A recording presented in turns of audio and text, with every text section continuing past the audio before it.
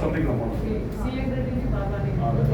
సరే వచ్చేస్తారేమో అయితే మాతో పాటు కొంతమంది మా వీరాలు రాణిసార్ రాణి అన్నది ప్రభుత్వం సంథింగ్ సరే వచ్చేస్తారేమో అయితే మాతో పాటు కొంతమంది మా వీరాలు రాణిసార్ రాణి అన్నది ప్రభుత్వం ముందు సంథింగ్ సరే వచ్చేస్తారేమో అయితే మాతో పాటు కొంతమంది మా వీరాలు రాణిసార్ రాణి అన్నది ప్రభుత్వం ముందు అందరికీ నమస్కారం. జై తెలంగాణ, జై కాంగ్రెస్. మరి నిన్న జరిగిన సంఘటన చాలా బాధాకరమని తెలియజేస్తా ఉన్నాను. ఎందుకంటే బానోతు సుజాతక్కపై మరి ఎమ్మెల్యే సుధీర్ రెడ్డి గారు చేసిన వ్యాఖ్యలు నిజంగా సిగ్గుచేటు అనిపిస్తూ ఉంది. మరి ఈరోజు మహిళా కమిషన్కి రావడం జరిగింది. మరి ఎమ్మెల్యే సుధీర్ రెడ్డి గారి పైన కఠిన చర్యలు తీసుకోవాలని కమిషనర్ గారిని నేరెళ్ళ శారదక్కని కోరడం జరిగింది. ఎందుకంటే ఇది మొదటిసారి కాదు, ప్రతిసారి కూడా ఆమె పైన మాటల యుద్ధము, అదేవిధంగా చేతల యుద్ధము. మరి నిన్న అందరి ముంగట నిజంగా ఒక బాధ్యతాయుతమైన పోస్టులో ఉండి మరి సుదీర్ఘ రాజకీయ అనుభవం ఉండి మరి ఎన్నోసార్లు ఎమ్మెల్యే చేసి మరి మహిళలంటే గౌరవం ఉండాలి. తెలంగాణ రాష్ట్రంలో మహిళలకు పెద్దపీట వేస్తూ ఉంటే మరి ఈరోజు అసహనానికి లోనే, ఎంతో బాధకు లోనే, మరి పదవిలో లేరనే బాధతోటి, ఫ్రస్ట్రేషన్ తోటి ఈరోజు ఒక గిరిజన ఆడబిడ్డకి మరి ఎంతో చేసిన వ్యాఖ్యలు అనేటివి కూడా పూర్తిగా కూడా తెలంగాణ రాష్ట్రంలో యావత్ తెలంగాణ ప్రజలు చూస్తూ ఉన్నారు.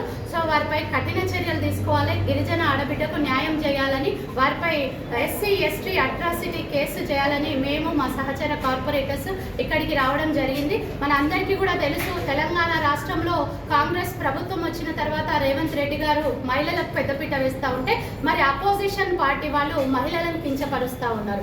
మహిళలకు రోజు రోజుకి కూడా మరి మహిళలు ఏదో పెద్ద నేరం చేస్తున్నారని తను ప్రతి సంవత్సరం గెలిచి 4 ఏళ్ళు అవుతుంది, 4 ఏళ్ల నుంచి కూడా ఇదే పోరు నడుస్తూ ఉంది. దీనిపైన ఆయన పైన ఎటువంటి చర్యలు తీసుకుంటారు అక్క అని మన శారదక్కని అడిగితే ఖచ్చితంగా కఠిన చర్యలు తీసుకుంటారని తెలియజేయడం చాలా సంతోషం అనిపిస్తుంది. ఇట్లాంటి కష్టాలు కన్నీళ్ళు మరి ఎటువంటి ఆడబిడ్డలకు మరి కార్పొరేటర్స్కి రాకూడదని మేము కూడా వారికి తోడుగా ఈరోజు ఇక్కడికి రావడం జరిగింది. జై తెలంగాణ, జై కాంగ్రెస్.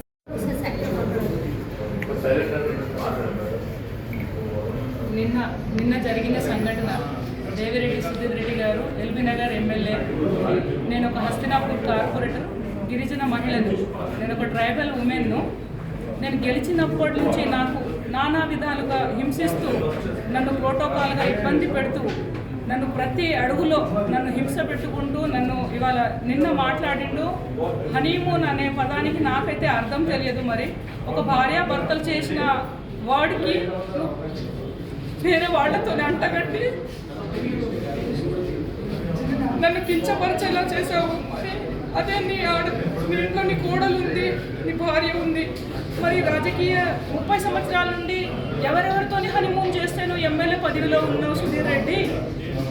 నీ పదవి కావాలి అని వేల కోట్లు, లక్షల కోట్లు ఎక్కడి నుంచి సంపాదించుకున్నావు?